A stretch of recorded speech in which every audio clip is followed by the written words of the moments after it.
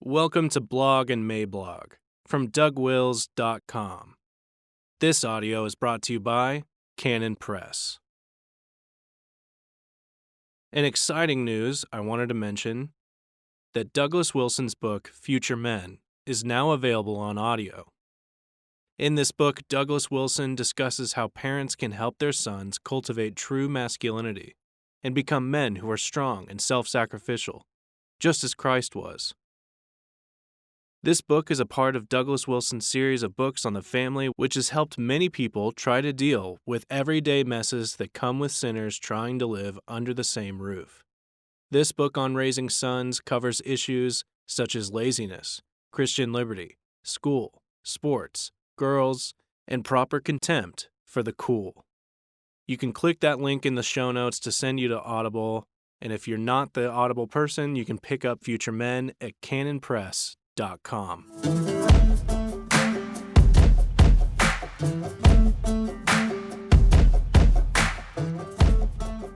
Floyd riots has a clear summons for 4 more years of Trump. Introduction. If you want to know what's going on in America right now, you will need at least a couple of things. The first thing required is that you will need to be looking at it from a requisite distance. You can't see it from down in the trees, but rather you have to be across the way on a hill, looking down on the forest. The second thing you will need is a set of eyes. And I don't mean physical eyes, but rather a framework for seeing, a worldview, or a foundational wisdom. You will know that you have these eyes, this framework, the worldview, the foundational wisdom, when the gaslighting stops working on you. And then you are accused of racism. On the surface. What has been going on for the last 3.5 years? I'll give you a hint. It has been open and obvious and unremitting, not to mention glaring and palpable, and self-evident and manifest and clear and unmistakable. All of that, and largely invisible. Everything can be categorized under this one heading. We are talking about the absolute refusal of the left to accept the election of Donald Trump. I did not say approve of or applaud or support. I said accept.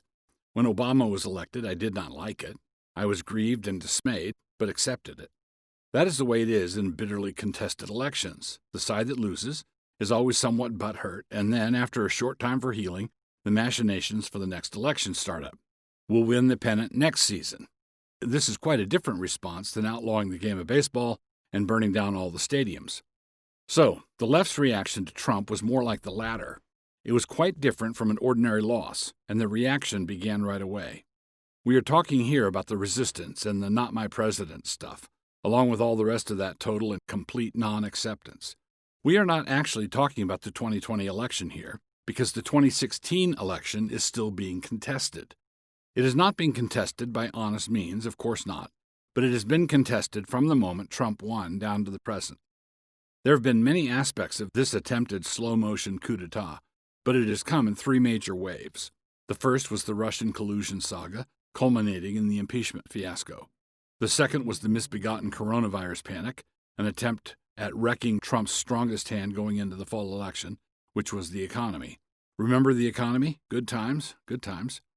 The third wave has been the orchestrated, choreographed, and astroturfed rioting that erupted in the aftermath of the death of George Floyd.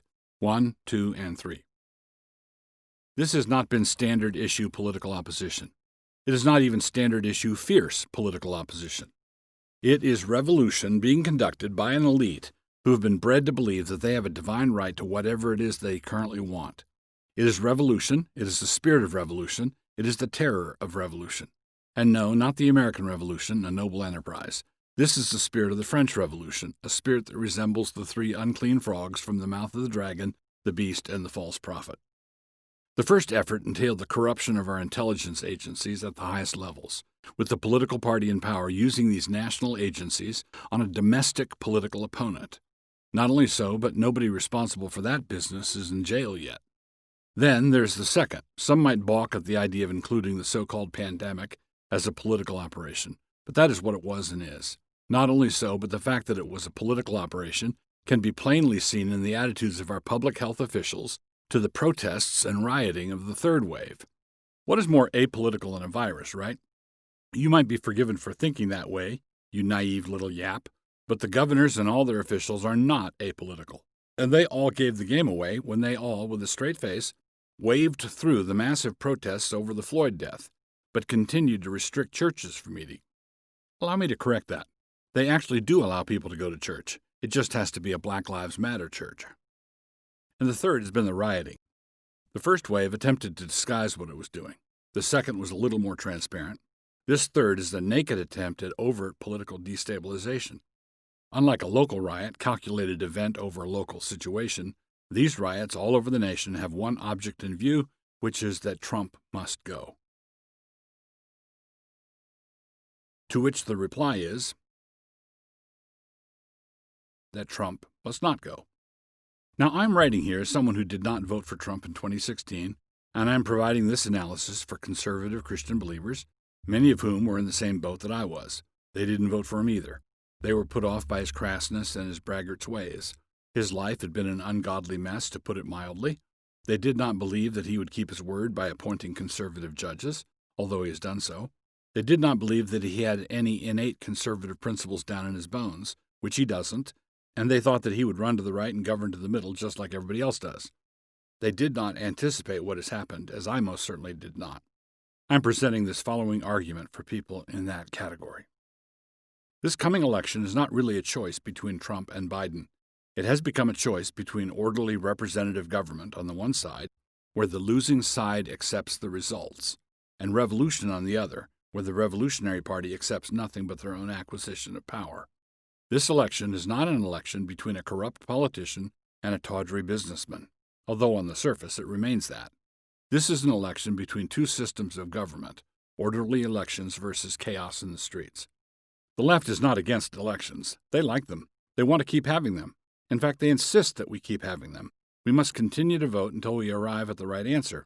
And then, because we found the right answer, the voting stops. As the aphorism goes, you can vote your way into socialism, but you will have to shoot your way out. The left has accepted the election of Trump the way South Carolina accepted the election of Lincoln. So this is why Trump must remain in office for a second term. He must remain so that America may have the opportunity of accepting his election for just one term. Notice that I did not say support or applaud or hail or acclaim. I said accept.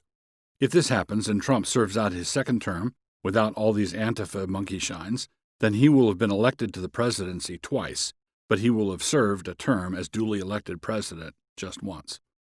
To be clear, given the current circumstances, I am arguing that it would make good sense for a stout never-Trumper like David French to vote for Trump this fall so that he, French, might continue to have the freedom to oppose President Trump. I am envisioning a 4-year term where the nation's intelligence agencies are not engaged in a conspiracy to nullify an election they did not like. I am thinking about a circumstance where our public health officials do not engage in a rerun of their COVID travesty, a lockdown of the functioning economy of the whole globe, for the sake of eradicating a virus that a teeny percentage of the world actually got, and which had a 99% survival rate for those who did contract it. And in addition, I'm looking at a scenario where young socialists are denied the opportunity to turn America into the national equivalent of their totalitarian campuses. They want to turn America into the equivalent of Evergreen College. In the meantime, it is conceivable that Biden might win. I don't think he will, but it is not exactly inconceivable, right?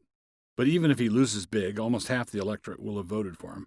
Our country is deeply divided, and the people on the other side of that division will brook no opposition, no dissent, no variation. Their organizing principle is simply viciousness. So if that electoral result happens, and Biden or his replacement takes office, what we will have been seeing will only have been the overture to the full Fun Times oratorio, music by Schoenberg, lyrics by the Unabomber. Against such a prospect, may the good Lord deliver us, but the only advice that I would give for preparing for that scenario is to buy guns and ammo. Definition: grape shot, noun, an argument which the future is preparing in answer to the demands of American socialism. Ambrose Bierce, The Devil's Dictionary. And because the re-election of Trump, which I anticipate without predicting, will not be something the left will somehow take with a good grace this time, so it might still be a good idea to buy guns and ammo. Bedlamites as the scriptwriters for 2020. We live in a generation of the feels, and because these feelings are mercurial, like a hummingbird on meth, and not solid and substantial like an orderly syllogism built out of gray cinder blocks, our culture has been pitched headlong into a maelstrom. Nobody in our ruling class cares about truth anymore, and all of them care about how empathetic they appear to those with the feels. This is how our ruling class has handed over the keys of the asylum to the inmates. Allow me to point out a few of the absurdities that we're being required to not notice. We've been told nonstop for quite a while now that average citizens have absolutely no need for owning anything like an AR-15, right before rioters fanned out through America's cities in a way calculated to make every sane person wish they had bought an AR-15. In the aftermath of George Floyd's death, the Black Lives Matter riots went out and proceeded to kill a bunch of black people and burn down their stores. A racist is anyone who notices this as an incongruity requiring an explanation. We are told that systemic racism is a pressure cooker that makes such rioting inevitable, and that we have no one but ourselves to blame if we fail to reform those systems. So I propose a top-to-bottom reform of what appears to be the central problem, which is corrupt democratic administrations of large urban areas that are deeply blue. Who's actually in charge of these hellholes? Who are the leaders of these crime-ridden, rat-infested, poverty-ridden, corruption-riddled, most dangerous cities? I'll give you a hint. It rhymes with memocrats. Black males are about 6% of the American population and account for over 50% of the homicides. It seems clear from this to some that we need to lay the responsibility for the carnage at the feet of slaveholders who have been dead for 200 years and assign no responsibility whatever to the men pulling the triggers. Some background reading here. Special note to those readers who have been trained to respond as though the facts cared about the way we feels, and who have surmised that I must be racist because I've been fraternizing with facts. I would refer you here. Mayors and governors allow unrestrained looting and then are begging the big stores not to abandon the area. Yes, we let them burn you down and will not promise to do anything different next time, but we are still wondering how you could be so bigoted as to leave our fair city. The mayor of Chicago is begging Walmart not to leave. And Walmart would actually have a strong hand to play here, except for the fact that I'll bet you $10 that the head of HR at Walmart thinks just like the mayor of Chicago. Now that the governor of Virginia has determined to remove the statue of the great Robert E. Lee, I think we can take this as the signal that America is ready to remove any monument or institution that embodies a legacy of racism. Does this mean it is time to outlaw the Democratic Party and Planned Parenthood? How about those statues come down? These people are still selling black people. Dead ones, but they're selling them. Woke activists are saying that justice is whatever they say it is. Let me think about that for a minute. No. They are also demanding that white people shut up. Also no. Christian complicity. How did this come about? How did it happen? This is a nation with a deep Christian heritage reflected in our history, laws, customs, and more. We are a nation that still contains millions of evangelical Christians active in their faith. How is it that such a large group of believers has come to be trampled upon by men? Here's a hint. Matthew 5:13. You are the salt of the earth, but if the salt loses its flavor, how shall it be seasoned? It is then good for nothing but to be thrown out and trampled underfoot by men. Christians get persecuted for two different sets of reasons. One kind of Christian gets persecuted because of how potent his faith is. If a group of Christians who were former Muslims began worshiping openly in Mecca, they would be treated savagely, not because their faith was insipid and worthless, but precisely because it wasn't. That is one kind of persecution. But in a country of 330 million people, when a quarter of the entire population is estimated to be evangelical, the only possible way for things of this nature to be happening would be if the salt had lost its savor. Jesus said that it was fitting for salt of that kind to be trampled underfoot by punks.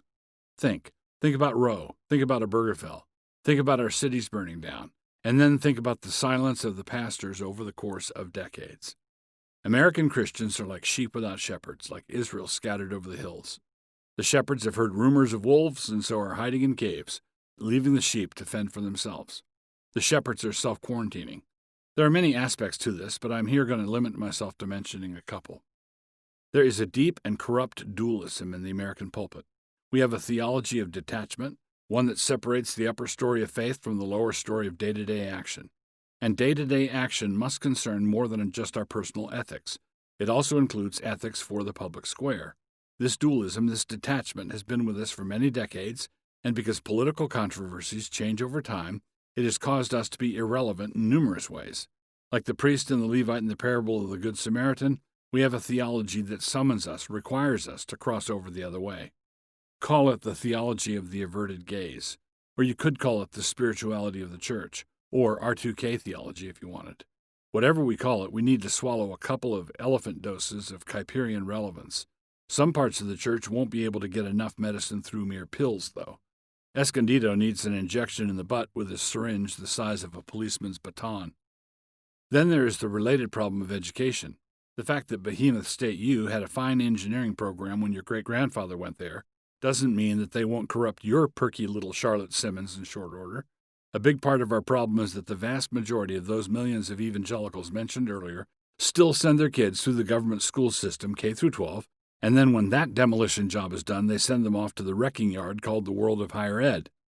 Out of all the colleges and universities in America, including all the ostensibly Christian ones, there's a mere handful of colleges that have not bowed the knee to Baal. New St. Andrews is one of them. To make this a little personal and a tad overstated, but only a tad, if you have a graduating senior who has not applied to NSA, but has applied to Old Slewfoot, then you don't get to ask what is happening to America, because you are what's happening to America. There's obviously more to say about all this, but I will say it later.